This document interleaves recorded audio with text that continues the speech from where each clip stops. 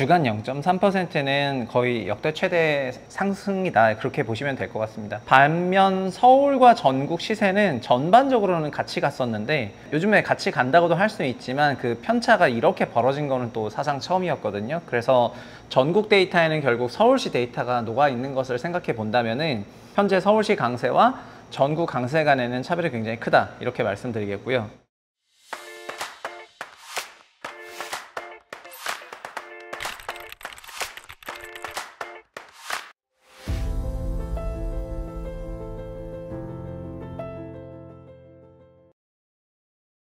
안녕하세요, 최부심입니다. 오늘 전달해 드릴 주제는 부동산 시장에 대한 얘기입니다. 또 간만에 부동산 얘기를 하게 되었습니다. 전국하고 서울의 매매 시세 차이를 보시면은 파란색이 서울이고 회색 선이 전국입니다. 그래서 보시는 것처럼 올해 하반기, 특히 5월 이후부터의 그 주간 주택가격 상승률이 정말 가파르게 나왔고요. 서울 같은 경우에는 지난주는 한 주간 0.3% 정도 상승을 했는데, 이게 그려보시면 아시겠지만, 보면 아시겠지만은 2019년부터의 상승세에선 요만한 강세가 없었기 때문에 주간 0.3%는 거의 역대 최대 상승이다, 그렇게 보시면 될 것 같습니다. 반면 서울과 전국 시세는 전반적으로는 같이 갔었는데, 요즘에 같이 간다고도 할 수 있지만 그 편차가 이렇게 벌어진 거는 또 사상 처음이었거든요. 그래서 전국 데이터에는 결국 서울시 데이터가 녹아 있는 것을 생각해 본다면은 현재 서울시 강세와 전국 강세 간에는 차별이 굉장히 크다, 이렇게 말씀드리겠고요. 그리고 6대 광역시랑만 비교해 보면 더 그게 나오거든요. 보시는 것처럼 서울의 매매가 주간 동향이 이렇게 움직이는 동안에 올해도 보시면 아시겠지만 6대 광역시의 주간 동향은 계속해서 마이너스가 나오고 있습니다.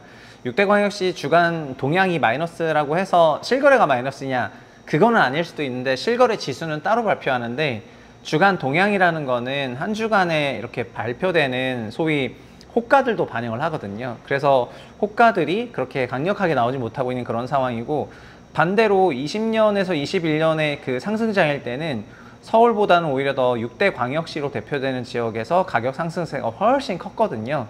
그래서 이때의 그런 상승세가 현재는 전혀 나오지 않고 오직 서울에서만 이런 강세가 나오고 있다는 것이 요즘 부동산 시장의 큰 특징 중에 하나가 되겠습니다.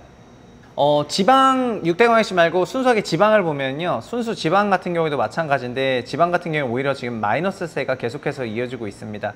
사실 22년 하반기나 23년 1분기 같은 그런 급격한 하락세는 없지만 누적해서 계속해서 마이너스가 나오고 있기 때문에 지방의 실거래 지수 같은 경우에도 이렇게 우하향하는 그런 추세가 이어지고 있거든요. 그래서 현재 시장이 정말 양극화되어 있다, 그렇게 말씀드리겠고요.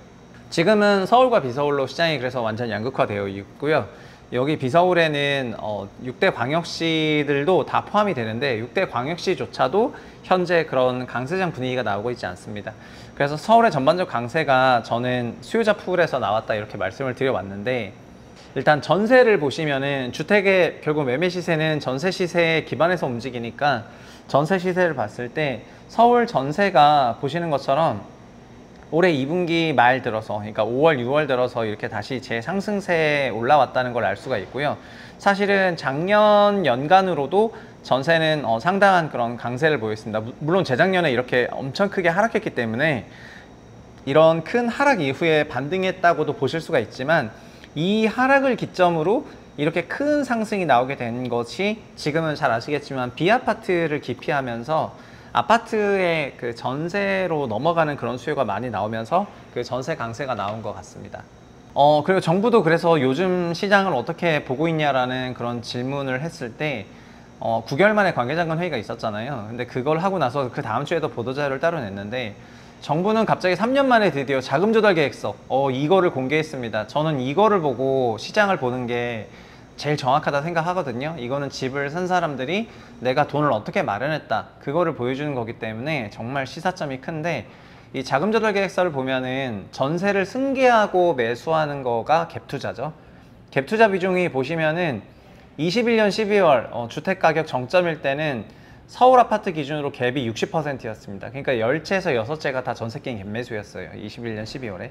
22년 12월에도 57%였어요. 근데 23년부터 지금 38.9%가 됐고, 24년 5월 기준으로도 지금 37%밖에 안 되거든요. 그 얘기는 전세 끼고 집을 사는 게 아니라 자가로 그냥 대출 받아서 주담대 받고 집을 사는 사람이 훨씬 많기 때문에 현재 마켓은 굉장히 실수요 마켓이다, 그렇게 생각하시면 될 것 같아요. 그래서 통상 자조서가, 이거는 제 2019년 책이었던 다시 부동산 생각한다, 거기에서도 제가 올렸었는데, 그때 자금조달계획서가 처음 등장해서 자조서가 보여줬던 단 하나의 그 시사점 뭐였냐면은, 주택가격이 상승하는 지역은 늘 예외 없이 전세 낀 갭 투자가 증가한다, 이게 나왔었거든요.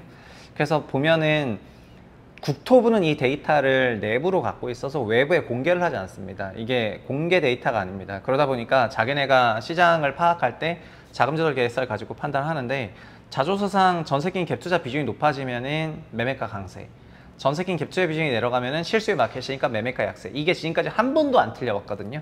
한 번도 안 틀려왔는데 올해 드디어 처음으로 지금 틀리다는 거잖아요. 그래서 올해는 실수요자만 집을 사는데 매매가 강세가 나오고 있으니까 이제 국토부도 결국에는 과거의 패턴을 믿어야 될지 아니면 새로운 데이터 해석을 믿어야 될지에 대해서 고민을 많이 하는 것 같습니다. 저라면은 제가 2019년부터 이 자금조달 계획서를 가지고 뭐 의원실을 통해서 아니면은 국토위원을 통해 가지고 건너받아서 막 분석하고 이런 자료를 냈었기 때문에 제 19년 책에도 이게 나오고요. 그리고 국민의힘 김상훈 의원실에서도 공개 자료 몇 번 냈었고, 천준호 의원실에도 냈었고, 많은 의원들이 이 자료에 관심을 갖고 있어서 지금 언론사들에서도 이 데이터를 요구하지 않을까 이렇게 생각을 하고 있는데, 이 상황에서 그러면 작년이랑 올해랑 뭐가 다르냐? 작년이랑 올해랑 결국에는 이거가 2017년부터면은 나름 7년 동안 항상 맞았었는데 지금 다르다는 거잖아요. 그러니까 지금 다른 이유를 좀 찾아내야 된다고 개인적으로 생각을 하고 있습니다. 그거는 이제 이따가 말씀을 드릴 거고요. 그래서 이렇게 낮게 나오니까 국토부는 일단 과거 7년 동안의 패턴이 유지된다고 전제하면은 서울 아파트 매수자 중에서 서울 외 지역 거주민의 비율도 20%로 내려갔다. 이게 5월 달에 내려왔습니다. 이게 1월 달에는 23이었는데 5월 달에 조금 내려왔거든요. 그러니까 지금 서울시 거래는 보면은 외부에서 갭 투자하는 게 아니라 전부 자가주택이다, 이렇게 항변하는 거거든요. 근데 이 데이터는 5월 데이터고, 주택 실거래가 동향조사가 튄 거는 5월 하반기부터 튀었으니까 아마 이게 6월이랑 7월 데이터를 보게 되면은 이제 다르게 나올 가능성도 있습니다. 다르게 나올 가능성도 있지만, 근데 추세적으로 현재는 갭 투자보다는 자가주택 비중이 좀 더 많고, 그리고 자가주택 비중이 많기 때문에 근본적으로 과열일 수가 없는데 너무나 과열되고 있으니까 조금 의아하다, 이렇게 이제 해석을 해야 되겠죠. 그래서 저는 그렇게 말씀을 드리고 있는데, 그래서 현재의 강세는 그래서 두 꼭지로 나타나고 있다, 이렇게 생각하고 있습니다. 첫 번째는 국토부의 해석대로 비아파트 기피발 전세 강세, 이게 22년 10월부터 본격화됐고, 올해 10월 정도가 되면은 2년 동안 임대차 계약이 사실상 다 월세로 바뀌거든요. 그래서 작년부터 거의 대부분의 임대차 계약이 전부 월세였기 때문에 올해 연말이 이런 비아파트가 전세로 전환하는 그거의 거의 클라이막스고, 이제 올해 연말을 끝나고 나면은 월세화로 완전히 바뀐다, 그렇게 생각을 하겠습니다. 그래서 이런 분들이 비아파트에서 아파트로 오면서 자가 혹은 전세로 오게 되는 과정에서 전세 대출은 무리 없이 받을 수가 있게 되고, 자가 대출은 신생아를 갖는 경우에는 신생아론을 받거나 아니면 일반 주담대를 받게 되는데, 그래서 6월과 7월에는 지금 주담대 금액도 상당히 올라갈 것 같잖아요.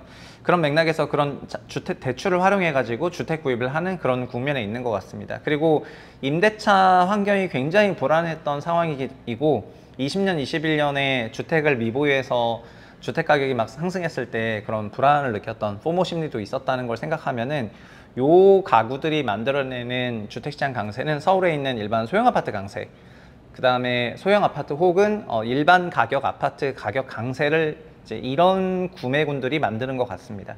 그래서 이쪽 세력이 그 클라이막스는 올해 말 정도로 이제 예상한다, 그렇게 만들겠고요.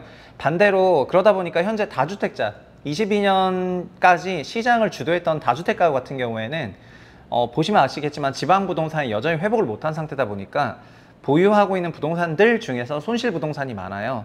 그래서 적극적으로 지금 돈을 막 쓰면서 지방주택을 매수하는 게 현재 불가능하고, 그래서 지방 부동산의 원정 매수 비중은 제가 제 네프콘에 이제 올려놨는데, 여기 영상 댓글에 네프콘을 달 겁니다. 거기에 표도 몇 개 이제 실어놨는데 지방 부동산의 그 원정 비중 자체가 높게 안 나와요. 결국에는 수도권에서도 지방으로 그렇게 열심히 가고 있지 않다, 그런 말씀이거든요. 그 얘기는 물린 부동산이 많아서다, 그렇게 말씀을 드리겠고요. 그러다 보니까 다주택 가구는 취득세 인하를 해줘야 된다, 취득세 인하를 해라, 이런 당위를 막 펼치고 있습니다. 결국은 자기 그 마이너스 난 거를 복구해 달라는 얘기랑 마찬가지인데, 취득세를 인하한다고 하더라도 제 생각에는 주택시장이 그렇게 크게 살아나진 않을 것 같습니다. 왜냐하면 전반적으로 인구 가구의 이동을 수반하는 그런 수요의 변화이다 보니까 지금 주택을 사시는 20대, 40대 같은 경우에는 뭐 극단적으로 말해서 출산을 하지 않겠다는 그런 생각을 하시는 분도 많으니까, 그러니까 자연스럽게 아이 키우기 좋다는 경기도로 갈 필요가 없이 그냥 서울에 있겠다, 이런 생각이 강하거든요. 그래서 인구 출산율과 인구 이동 이런 것을 염두에 뒀을 때 지방 부동산이 그래서 굉장히 지금 위험한 상황인 것 같습니다. 그리고 하나가 더 제가 종종 자주 말하는 거는, 우리나라 주택 거래는 연에 100만 호 정도 거래되는데 전체 재고의 4% 정도 회전을 하고, 이거는 한 바퀴 도는데 25년이 걸린다는 말이 되겠습니다. 일본이 2% 정도의 거래 회전율을 보이고요. 한국도 지방 부동산으로 갈수록 보면 회전율이 낮아지고 있습니다. 회전율이 낮다는 거는 유동성이 충분하지 않아서 내가 팔고 싶을 때 팔지 못한다는 거니까, 이런 거를 염두에 두시란 말씀드리겠고요. 마지막으로, 그러면은 실거래 지수가 이렇게 강력하게 올라가는 건 왜 그러냐, 자가 갭 투자도 아니라고 하고 자가로만 집을 산다 그러는데 왜 그렇게 올라가냐, 그거는 이걸로 보여줄 수 있다 생각하는데요. 같은 서울 안에서도 서울 도봉구나 서초구 같은 경우에는 상승률 자체가 그냥 넘사벽입니다. 도봉구는 0.05인데 서초구는 보시면은 0.3도 아니고 0.5를 찍고 있습니다. 서초나 강남 이런 데는 0.5나 0.6이 나와요, 주간으로. 그래서 이런 강세장은 코로나 시절보다도 더 높다, 이렇게 보시면 될 것 같고요. 그 얘기는 제로금리와 임대차법이 있었던 그때보다도 지금 소위 하이엔드 아파트들 가격이 완전 저세상으로 가다 보니까 시가총액을 끌고 움직이는 레벨 자체가 그냥 말도 안 되는 수준이거든요. 그래서 이런 초럭셔리 하이엔드 아파트들이 정말 유난한 강세다, 이렇게 말씀을 드리겠고요.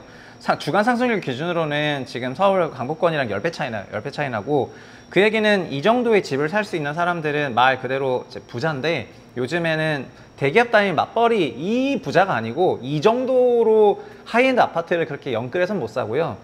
신종 부자들입니다. 그냥 얼마 전에 롤 프로게이머 선수가 한남더위를 캐시로 지른 거나, 아니면은 코인 부자거나, 여러 가지 뭐 화장품 창업했는데 어마어마한 성과가 났다거나, 요즘 화장품 벤처들이 엄청난 성장세가 있으니까요. 그러니까 우리 사회에 있는 그런 신흥 부자들이 자기가 돈을 크게 벌면서 그 트로피 아파트 같은, 그러니까 내가 제일 좋은 아파트 사야 되겠다 이러면서 소위 반포나 압구정 같은 데 가서 그냥 신고가로 질러버리는 거니까, 그런 게 21년 말에 비슷한 분위기가 있었죠. 근데 지금은 그때보다 더 심해요. 더 심해서 이런 엄청난 지수 상승이 서울 전체를 0.3으로 만들었다, 이렇게 말씀을 드리겠고요.